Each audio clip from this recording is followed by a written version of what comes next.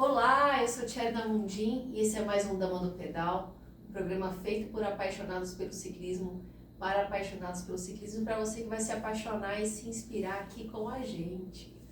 E hoje vamos conversar com um dos precursores do triatlon aqui da nossa região, que hoje é médico e ajuda diversas pessoas a resgatarem sua saúde, sua autoestima e a desenvolverem um novo relacionamento com o alimento.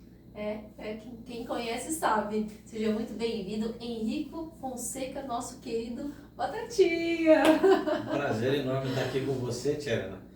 E a gente já tem a gente já se conhece há bastante tempo, né? E a gente voltou a se encontrar dentro do esporte, né? Foi dentro do esporte. Pra quem não sabe, a gente morou no mesmo prédio e eu lembro do Batatinha jogando bola, ele andava lá no futebol, eu ficava só de longe olhando, né? A minha irmã era muito amiga da Camila, da irmã dele, né? A gente brincava muito juntos. E antes da gente entrar na pauta de hoje, aquele momento de agradecimento aos nossos queridos parceiros. Primeiro eu quero agradecer a LD Consultoria Esportiva, minha equipe de treino, o Lucas Vilhena, que é head coach de triatlon, de corrida e trail run, de natação e águas abertas, e possui um projeto muito bacana com paraciclistas, os paratletas, com os atletas transplantados, e ele sempre nos ajuda a evoluir aí com ciência, com autoconhecimento, com técnica, e sempre traz dicas aqui importantes para a nossa evolução como atleta mesmo, independente do seu objetivo. Então, se você quer por lazer, por melhora de saúde, por performance, ou ir lá competir, ficar lá entre os primeiros, vem treinar com a gente, você tem muito a evoluir. E os nossos queridos parceiros, a Vita Gráfica, do Bruno Marangoni, a Dobro, que é aí uma empresa nutricional que nasceu em São José, tive até com o Pedro esse final de semana e o Enzo, um abraço aos dois, nos encheram de mimos aí, de produtos super importantes, inclusive na prova que a gente fez. Eles desenvolvem uma fórmula de performance, de recuperação dos seus treinos, totalmente vegana e é utilizado com muita tecnologia, inclusive da beterraba. Um abraço aos queridos. O Vinícius Sobreiro, que é médico que atua aí com a maior tecnologia da medicina esportiva, emagrecimento, e sempre vem falar um pouquinho sobre soroterapia, vai trazer esse assunto aqui pra gente. E o Cura-te Instituto de Medicina Ampliada, formado aí por uma equipe de médicos que possui uma super infraestrutura na recuperação de lesões e prevenção de técnicas com neuromodulação, laser, BEM, o BIOS, o ILIB, muito mais, lá na Vila Ema, e tem cuidado de mim com muito carinho. Toda semana eu tô lá. Um beijo à equipe do Cura-te. E para você que é novo no nosso canal, se inscreva, curta, compartilhe nossos vídeos, envie aos seus grupos de pedal, aos seus amigos, de corrida, de natação. Vamos levar informações ainda com mais qualidade para inspirar mais pessoas, ok? Agora sim, Dr. Henrique Fonseca. Antes de entrar no doutor, eu gostaria de saber sobre o Batatinha. Me conta, porque eu lembro de muito cedo, você no triatlon, no nado Cós, sempre foi uma referência pra gente, né? E demorou, tinham poucos atletas nessa época, né? Como que surgiu? Você sempre foi do esporte? Como que foi seu início em tudo isso? Então, Tcherna, como a gente estava falando, e você mesmo citou, eu sempre gostei muito de futebol, vôlei, todos esses esportes, né? E acho que quando eu estava para fazer uns 13 anos, eu vi uma Calai 10 lá no meu prédio e me apaixonei pela bike, né? É uma bike que eu via que estava sempre empoeirada na garagem. Aí eu fui falar com o dono lá no prédio, ele falou que ele não andava mais, conversei com meu pai, a gente comprou a bike, e assim, mais por ter uma Calai 10, né? Tinha marcha, né? Aquelas coisinhas. Só que aí eu tinha um amigo que eu vi ele com uma Calai 12, tinha acabado de sair, né? Aí eu fui conversar com ele, ele falou que tinha começado a fazer triatlon. Eu falei, o que é isso? Aí eu falei, a gente tem que nadar, tem que pedalar e correr. Tem um técnico aqui em São José, que é o Rodolfo Galvão, que até hoje está no triatlo, ele mora nos Estados Unidos, né? Aí o Juliano me apresentou a ele e foi aí que eu comecei que eu aprendi a nadar com ele, né? Pedalar, a gente andava de Caloi Cross, essas coisas, então a gente andava bem. E comecei a correr também, que também participava de umas competições de corrida no Instituto São José, na escola na qual eu estudei a vida inteira. E aí foi uma paixão. treinava com 13 anos, 14 anos, 15 anos, aí a gente começa a já pensar o que, que a gente vai fazer no futuro, né? Qual profissão que a gente vai ter. Foi quando eu comecei a pensar em ser médico, né? Aí você começa a estudar um pouquinho mais, aí com 16, 17 anos você já está aquela pegada de vestibular. Foi quando eu deixei o triatlo, né? Daí eu parei totalmente com os esportes para me dedicar aos estudos. Tanto que eu terminei o terceiro colegial, foram mais 2 anos aí de cursinho para conseguir ingressar na faculdade, né? E parei, fiquei um tempão parado aí. 6 anos de faculdade, aí fui convocado para a Marinha, então eu servi como médico militar. Depois mais 4 anos de residência, até eu estar voltando para São José, acho que em 2008. Uma rotina pesada. Né? Então assim, eu fiquei até que afastado dos esportes durante esse tempo todo. Eu jogava uma bola na faculdade, mas também nada demais, era só para... como é que fala? Lazer, né? Exatamente. E aí depois que você voltou para São José, você começou a flertar de novo? Porque eu te peguei já numa fase bem ativa do triatlo. Sim. Aí voltei para São José em 2008, aí 2009, 2010, aí vai indo. Aí em 2013 eu fui num congresso nos Estados Unidos e a gente gostava de fazer selfie, né, no lugar que a gente estava. Foi quando a minha secretária falou, nossa doutor, cadê seu pescoço? Eu olhei e falei, nossa, eu estava bem obeso. Eu já trabalhava com isso, né? Eu falei, não, preciso fazer alguma coisa e vou fazer uma coisa que eu não dependa dos outros para eu praticar. Vou voltar a fazer o triatlo. É verdade. Aí eu procurei os técnicos aqui de São José, o pessoal que já treinava naquela época, que ainda continuava treinando, foram me dando alguns incentivos. Aí mudando a alimentação, mudando todos os nossos hábitos diários, os hábitos de vida. Comecei a emagrecer, tudo, comer direitinho. O Rodolfo Galvão, contei isso para ele, ele falou que estava vindo para o Brasil, ele falou, vou trazer sua bike então. E ele trouxe uma bike para mim em 2013. Aí eu fiquei nessa pegada aí quando a gente se encontrou novamente até o final de 2015. Daí a gente começou, daqui a pouco a gente vai começar a falar aí da parte profissional, mas em 2016 a parte profissional deu uma guinada que eu tive que fazer uma opção, né? 2 filhos pequenos, Sim. então eu decidi por me dedicar mais em casa e ao trabalho, né? Aí foi quando realmente, aí eu parei de vez mesmo. De vez em quando eu dou uma pedalada, mas não como era antigamente, né? Que a gente ia dormir cedo, acordava 5 horas, 4h30 para poder treinar. São fases, né? Daqui a pouco às vezes isso volta, mas com outro equilíbrio. Sem ter essa rigidez, assim. Às vezes a gente vive uma fase rígida do esporte, né? Daqui a pouco a gente fica sem, mas aí a gente vê que aquilo é importante. Faz falta. E aí você vai descobrindo que você pode fazer dentro de um outro tipo de prazer, né? E com mais leveza. Sim. A questão da medicina, né? Você disse que você começou a flertar com isso na adolescência ou teve lá atrás alguma coisa que já te inclinava? Não, eu acho que foi mais na adolescência mesmo, porque meus pais e meus familiares praticamente, todos praticamente aqui de São José trabalhavam no CTA. Então eu cresci dentro do CTA. Então a memória que eu tenho da minha infância é que eu queria ser piloto de avião. Entendi. Aí com 15, 16 anos que começou a surgir essa vontade de ser médico, né? E fui atrás do meu sonho. Que momento que você começou a ir para essa questão Você é gastro. Isso. Você foi para a questão, né, de ir para a parte gástrica e da onde que dali foi direcionando para obesidade, para cirurgia bariátrica? Então, desde quando eu entrei na faculdade, eu morei com um colega que formou antes de mim aqui de São José, e o pai dele era cirurgião aqui em São José. Então, desde o primeiro ano de faculdade, eu já tive essas cutucadas para ir para o lado da cirurgia, né? Então, isso aí é um mundo que deixa a gente alucinado, que é muito legal, essa parte de cirurgia. E desde o primeiro ano, quando eu voltava para São José, eu ia sábado de manhã para os hospitais para assistir cirurgia. Então eu tive esse contato precoce, né, com o mundo da cirurgia geral e principalmente da cirurgia do aparelho digestivo. E acho que faltando uns 2, 3 anos para me formar, começou a ter essa coisa da cirurgia bariátrica aqui em São José. Eram muito raros as cirurgias, né, porque era mais para obesos mórbidos, aqueles pacientes com muito peso mesmo, eram cirurgias muito demoradas. e já começou a me apaixonar nesse período aí. Tanto que no último ano da faculdade a gente tem um estágio que a gente pode ficar 3 meses fora. Eu vim aqui para São José e fiquei lá só Que legal. nessa parte de cirurgia bariátrica. E aí você se apaixonou. Apaixonei e foi uma coisa que só vem crescendo desde então. É impressionante, assim, a gente percebe que cada dia está mais acessível, Sim. né? Tanto financeiramente como uma tecnologia que está mais a dispor, né, para as pessoas aí usar como uma ferramenta.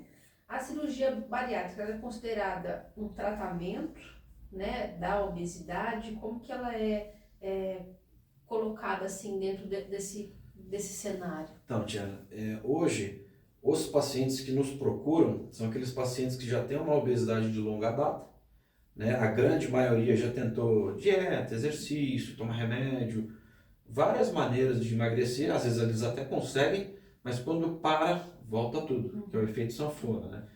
Então, quando eles nos procuram, a primeira coisa que a gente faz é calcular o IMC. Você pega o peso, divide pela altura ao quadrado. Quando começa a partir de 30, que já é o início da obesidade, né, dependendo de algumas doenças associadas, já se tem indicação, mas hoje a maioria já tem um IMC acima de 35. Aí a gente começa a vasculhar para ver se ele tem pressão alta, diabetes, gordura no fígado, às vezes o colesterol, triglicerídeos já estão alterados, já está apto para cirurgia, ou quando eles já são obesos mórbidos, né? Quando esse IMC já dá acima de 40. Com esse tratamento de longa data sem sucesso, aí a gente acaba indicando a cirurgia. E aquilo que você falou, a cirurgia ela não é uma cura da obesidade, ela é um tratamento potente e eficaz. Só que o paciente tem que fazer o tratamento pro resto da vida. Porque se ele começa a se desgarrar nesse meio do caminho, é onde a gente escuta as histórias que eles falam que a cirurgia bariátrica não deu certo para mim, ou não funcionou. Não é que não funcionou. Eles não seguiram o caminho certo, né?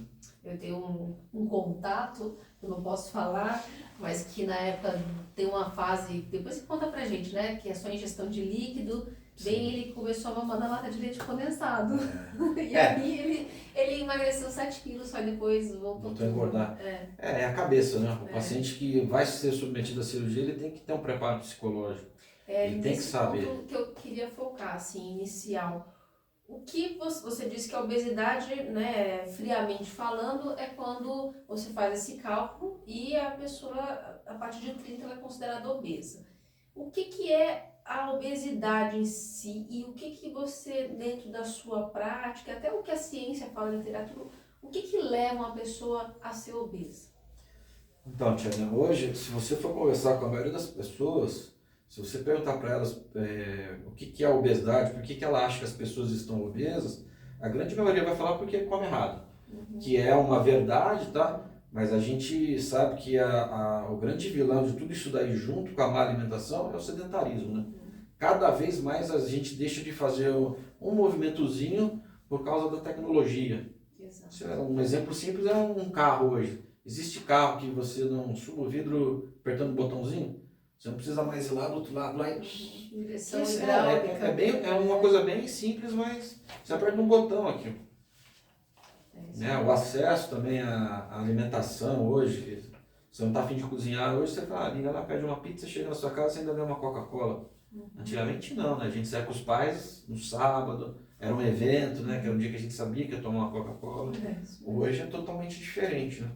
A gente só parte com uma alimentação saudável, a grosso modo, lógico que não é todo mundo, né? Depois que acaba as guloseimas, os doces, o refrigerante, aí que você vai tomar uma água. Enquanto tem coca, suco, você nem olha para a água, né? Então a gente vê muito disso, né? A gente vê muito paciente que ele fala, doutor, não sei se eu vou conseguir parar com o meu refrigerante. É muito difícil. Ou o paciente que fuma também, é uma outra coisa que atrapalha bastante, né? Então, e você pega hoje, a gente tem estimativa aí da população mundial que a gente chega a 8 bilhões de pessoas, né, no final desse ano. No Brasil, a gente tem uma população aí em torno de 212 milhões, das quais quase 3 milhões são obesas. É muita coisa. Aí a gente comentando aqui que cada vez mais está se procurando a cirurgia bariátrica como uma forma de tratamento da obesidade, né, tecnologia. vocês não estão operando demais? Porque você começa a andar aqui, conversar, e você fala, eu fui operada, fulano foi operado, né? Que a gente nem fica sabendo, né? E a resposta é não. Tá? Mesmo eu falando para você, em 2019, tá? Vamos pegar um período pré-pandemia, em torno de 69 mil cirurgias no ano. Se você dividir isso pelos quase 3 milhões que eu te falei aí, que são obesos, que seriam candidatos a serem submetidos a um tratamento cirúrgico, por exemplo, para o tratamento da obesidade, isso dá 0,5%. Então a gente não está operando muito, pelo contrário. E por que não se opera muito então? É porque não tem, muitos pacientes perderam o convênio, a grande maioria dessas cirurgias são feitas pelo SUS, então tem uma fila enorme dependendo da região. Então tem vários fatores que acabam limitando, né, o acesso à cirurgia. Né?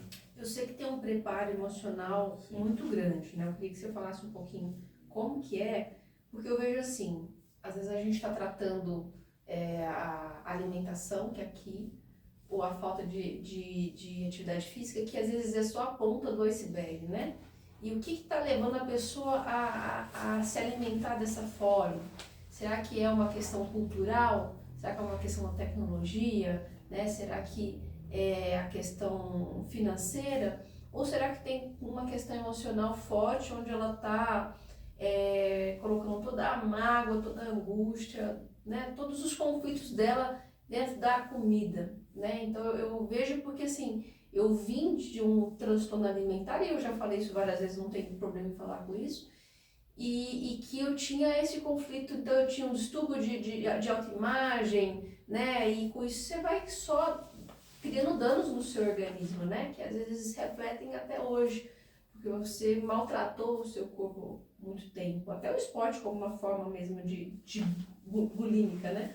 Então, como que é feito esse acompanhamento da parte psicológica, emocional, né? E será que se a gente conseguisse atingir mais essa forma de tratamento, a gente conseguiria reverter um pouco essa questão da obesidade?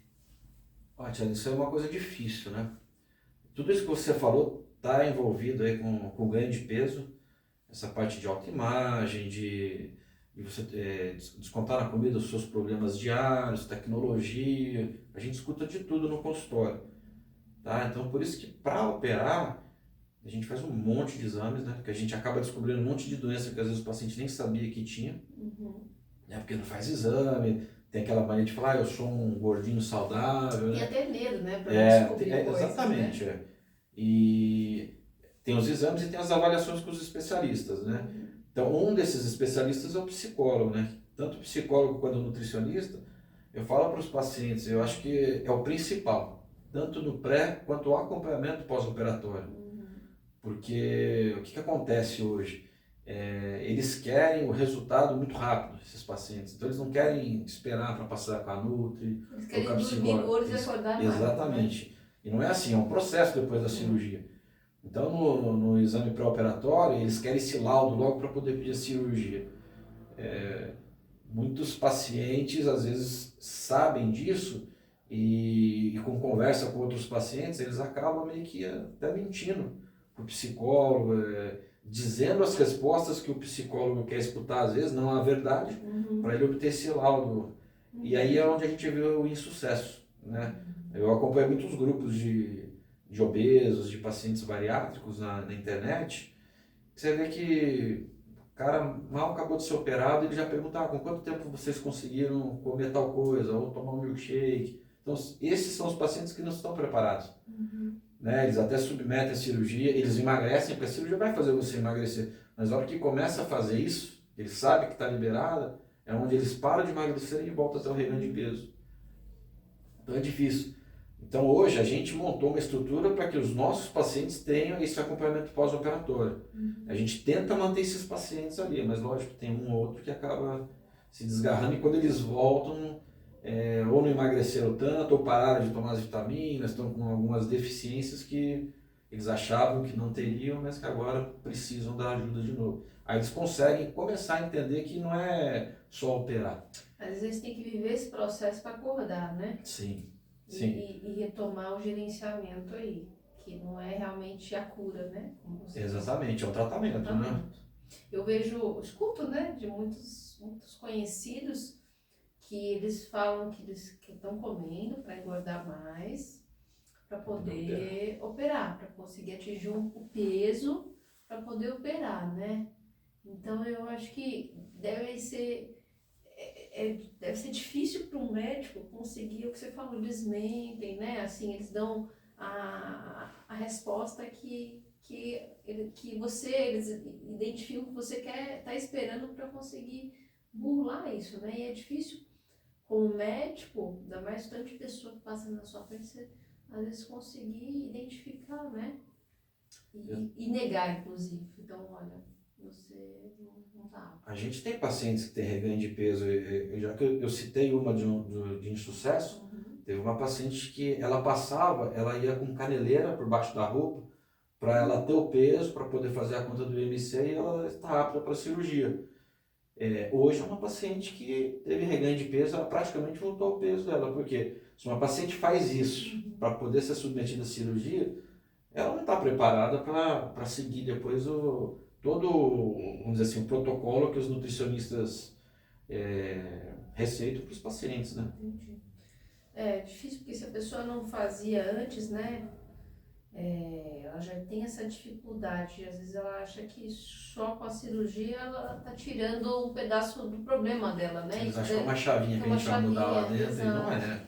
Não é. Você, dentro da cirurgia, né? Explica pra gente o que é a cirurgia bariátrica em si, porque às vezes a gente fala, mas a gente não sabe, tira um pedaço da onde, como que é? Então, no Brasil existem 4 técnicas cirúrgicas, tá, para o tratamento cirúrgico da obesidade. 2 praticamente em desuso, porque são mais antigas, resultados pouco promissores e complicações. E sobram outras 2, né? Genericamente eu vou explicar. Uma, a gente vai mexer só no estômago, a gente vai diminuir o estômago, então a gente tira cerca de 70% a 80% do estômago, que é aquela parte que dilata, que distende, e fundamental nessa técnica é tirar o comecinho do estômago, que chama fundo, que ali produz um hormônio que chama grelina, que é o hormônio da fome. Então tira muita fome desse paciente. Tá? E independente da técnica, todas elas a gente usa, ele sempre pergunta, sua técnica foi grampeado? Não, é um grampeador que a gente usa, porque a gente ganha muito tempo com esse grampeador. Porque ao mesmo tempo que ele corta o tecido, ele já grampeia dos 2 lados. Então a gente não precisa parar para ficar dando ponto. A gente ganha muito tempo nisso daí. Tá? Então essa seria uma técnica que chama gastrectomia vertical ou sleeve do inglês, né? E a outra técnica que a gente faz também é o bypass gástrico. Isso aí a gente divide o estômago em 2 pedaços, um estômago pequenininho e um estômago grandão. Então a comida a princípio chega no estômago pequenininho, tá? E o intestino tem um lugar lá que é igual para todo mundo, que a gente chega nele e a partir daquele local a gente mede 80 centímetros e começa a fazer o desvio do trânsito. A gente faz um Y com o intestino. Uma perninha vai estar ligada no estômago pequenininho, por onde vai vir a comida, a outra perninha no estômago grandão, por onde vai estar vindo o suco gástrico, a bile, o suco pancreático, as enzimas digestivas. Então a digestão só vai começar quando as 2 perninhas do Y se encontrarem. Tá? A gente faz as 2 técnicas e isso aí vai depender muito de cada paciente. Tá? Porque chega muito paciente pra gente, você fez sleeve em 3 amigas minhas, eu também quero fazer o sleeve. Não é assim que a gente decide qual técnica usar, né? A gente vai ver primeiro o sexo da paciente, a idade, o IMC, doenças associadas, né? Se aquele paciente tem compulsão ou não por doce. Às vezes é um paciente também que a gente sabe, ou porque a gente já conhece, ou porque eles contam pra gente também que ele tem problema com drogas, por exemplo. Então, a gente já dá uma secada no psicólogo e fala, esse paciente precisa de tratamento. Se a gente operar ele desse jeito, a gente vai ter problema lá na frente. Então, assim, seria uma contraindicação. O próprio álcool, né? Sim. Isso é outro problema também que pode acontecer no pós-operatório, mas normalmente já são pessoas que já tomavam antes da cirurgia. Tá? Os que desenvolvem, às vezes, um alcoolismo após a cirurgia, é porque eles começam a trocar o álcool pela comida. Entendi. Isso acontece. Isso eu não sabia. Que poderia ter essa troca das compulsões, né? Existe isso. Hoje, se o paciente está num preparo pré-operatório com uma psicóloga que já está apta, já conhece todo esse processo da bariátrica, do que pode acontecer, é difícil acontecer, tá? E esses que acompanham também. mas não dá para garantir 100%, né? No bypass, então, me corrija se eu estiver errada, a digestão vai acontecer a nível intestinal já, por causa dessa Sim, divisão? sim. Então não acontece ali no estômago? Não, Tá. não, porque o estômago por onde passa a comida ele vai ser uma espécie de um funil. Uhum. O paciente tem que mastigar mais, comer mais devagar, para quê? Para esse pouquinho que ele vai comendo, para chegar ali, dá tempo de ir esvaziando. Tá. E ele só vai encontrar comida lá na frente, né? Uhum. As enzimas lá na frente. Entendi. Então é a nível jejunal até já. E em relação às duas técnicas, né? Em relação a efeitos colaterais, sequelas, né? Como você disse, é um tratamento que tem que ser seguido para o resto da vida. Quais são essas... As pessoas têm que saber, porque para elas se decidirem, elas têm que estar comprometidas pro resto da vida com esse Sim. tratamento. Então, que tratamentos seriam esses? Na verdade, assim, eu costumo falar para os pacientes que o paciente bariátrico, ele tem uma vida normal depois do pós-operatório. A partir de um certo momento, ele vai poder comer de tudo.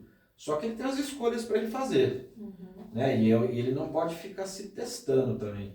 Porque às vezes eles comem, vai lá, comer uma pizza hoje, come um pedaço, 2. Tem que aprender que 2 é o suficiente. Ele não pode querer ir comendo mais. Tem aquela mentalidade de quando ele era obeso.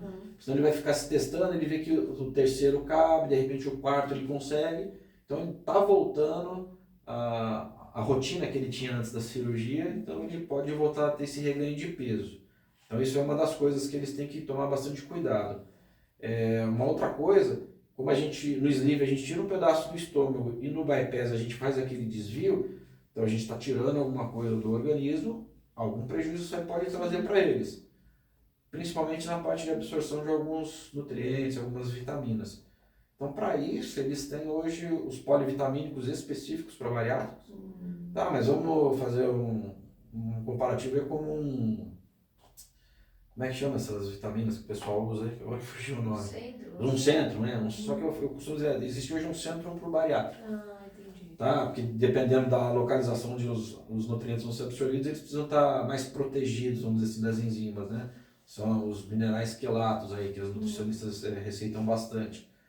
Então, eles têm que tomar isso daí pro resto da vida. Tá? Tem muito paciente que às vezes opera, acha que está muito bem, até brinca e fala, doutor, o senhor me operou mesmo, né? Porque eu não estou sentindo nada, não tive dor e tal.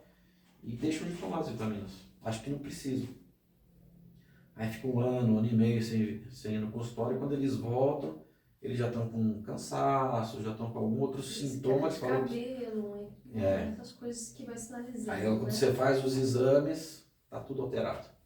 Aí até a gente conseguir consertar isso vai alguns meses também, né? Então isso seria um contra, vamos dizer assim.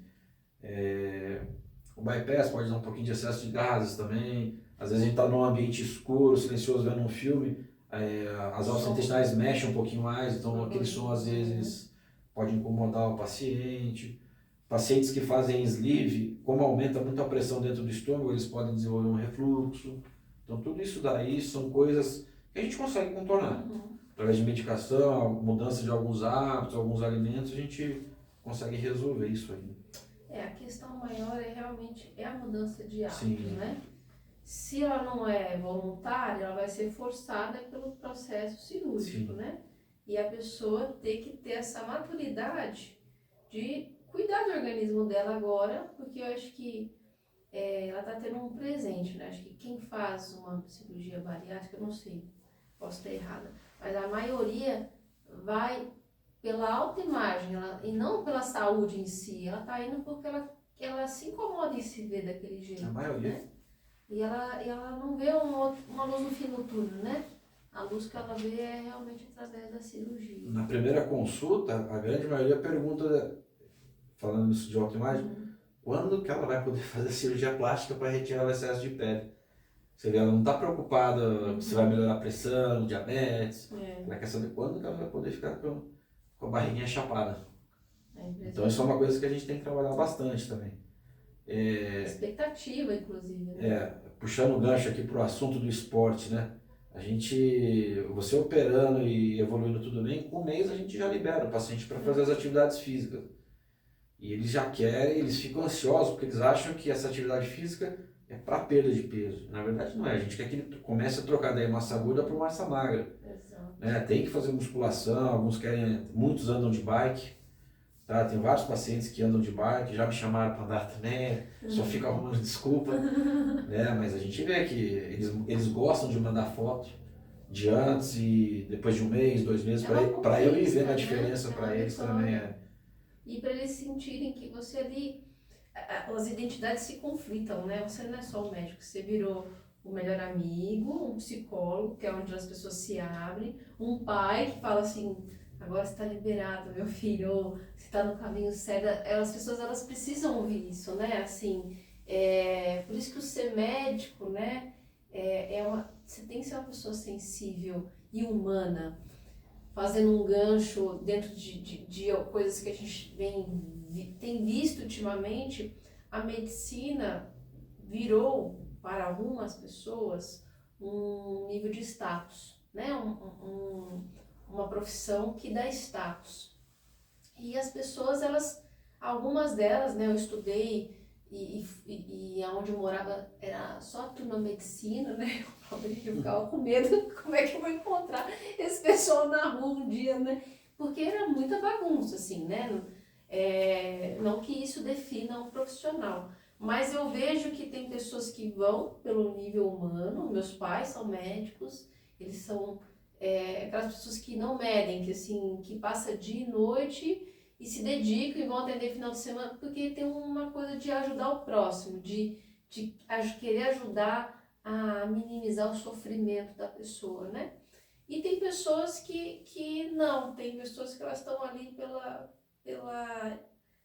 tem um processo todo, né, da profissão, mas elas ainda estão fazendo aquilo para elas, não pelo outro, né? Então eu acho que uma das grandes questões do seu sucesso, se assim eu posso dizer, como sua amiga conhecida, né, é que a gente sabe que você é uma pessoa muito humana, uma pessoa muito querida, uma pessoa que se coloca por igual com uma pessoa, sabe? Que você tá ali recebendo. Então acho que isso faz total diferença, para dar segurança no processo que você vai estar levando a pessoa a viver, né?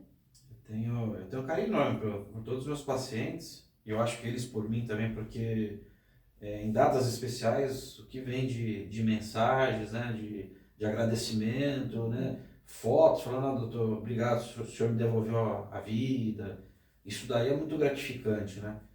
E uma vez até em 2019 eles me chamaram para fazer um happy hour no final do ano. Esse dia eu quase que não fui porque estava dando tudo errado. Falei, não, preciso ir lá pelo menos para tomar uma cervejinha com eles lá, né? Pô, imagina você chegar num bar que tá lotado, você vê que tem um monte de pacientes, você fala, ops, e a hora que você entra, você é recebido com uma salva de palmas, cesta com um monte de presente para mim, para minha esposa, para os meus filhos, tá? Essas coisas não tem preço, né? É uma plaquinha e no final elas assinam como marigatas. Eu chamo elas de marigatas depois da cirurgia. Então isso é o mais gostoso de tudo, é isso. Você vê que você, de uma certa maneira, devolveu eles para a vida, né? E se você dentro da sua profissão, né? Se você puder passar uma mensagem para essas pessoas, ou que buscam, ou que estão desacreditadas, né? Ou próprios órgãos, que poderia ser feito para facilitar alguma coisa, todo esse processo, né? Que dá o seu espaço para você falar. Então, Tiago, a gente conversou desde o começo, eu sempre quis ser médico, né? A partir de uma certa idade, pensando sempre nisso, de trazer o bem-estar para as pessoas, um conforto quando possível, né?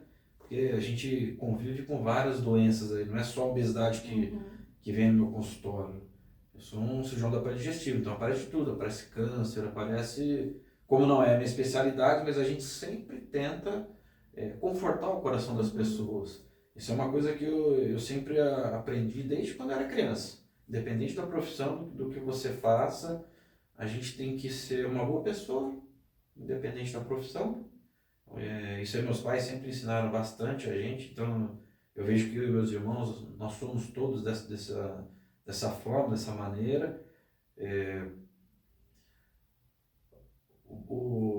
Esse bem-estar hoje não é só o médico que traz, né? Então eu acho que, especificamente a gente vindo pro meu lado agora da obesidade, é difícil te dizer o que é uma coisa no momento ali da consulta, sabe?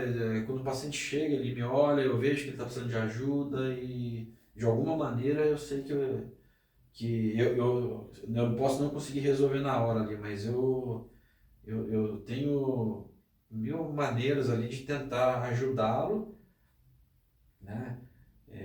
Ou na minha especialidade, ou com colegas que trabalham junto, às vezes na mesma hora eu pego o telefone e ligo, ó, você vai passar com esse meu amigo aqui, porque ele vai resolver o teu problema, tá? E todos os meus pacientes têm meu telefone, então é uma coisa que eu falo assim, ó, se você precisar, você pode me ligar, me manda mensagem, que você não vai ficar desamparado.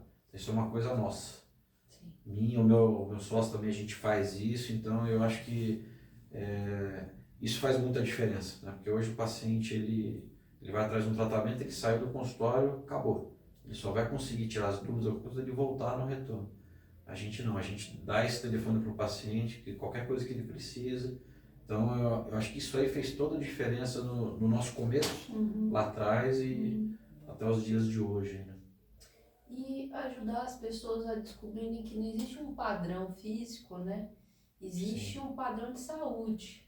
Então, se você tem uma gordurinha aqui, outra ali, mas você se sente bem, se a sua saúde está boa, se você tem um nível de uma qualidade de vida, flexibilidade, né? Tá tudo bem, né? Acho que a gente tem que ir quebrando esses padrões porque a gente ficou escravo, né? E a gente se adoece para poder seguir um padrão que foi imposto, né, de uma forma estratégica, e a gente acredita que só aquilo dali que é o certo, né? E não existe certo e errado, existe o que é melhor para cada um. Sim. Então, que cada um de vocês possa identificar como se sentem bem e não sentir que é o físico, eu falo isso para mim mesmo, que define você, né?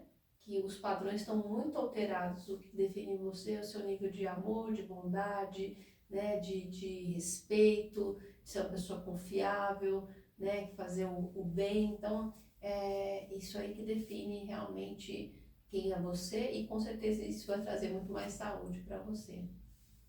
Sim. Henrico, te agradecer, dizer que eu estou te esperando aí nos treinos futuramente, porque eu acho que ele futuramente vai aos poucos encaixar uma coisinha ou outra. Eu moro ali, né, no quintal de casa onde todos vocês treinam. Então, todo dia quando eu vou trabalhar e quando eu volto, São que meus foi quando amigos ali, né? eu dou uma buzinadinha, eu gosto de abaixar o vidro, dar um tchau para as pessoas saberem que eu tô viva.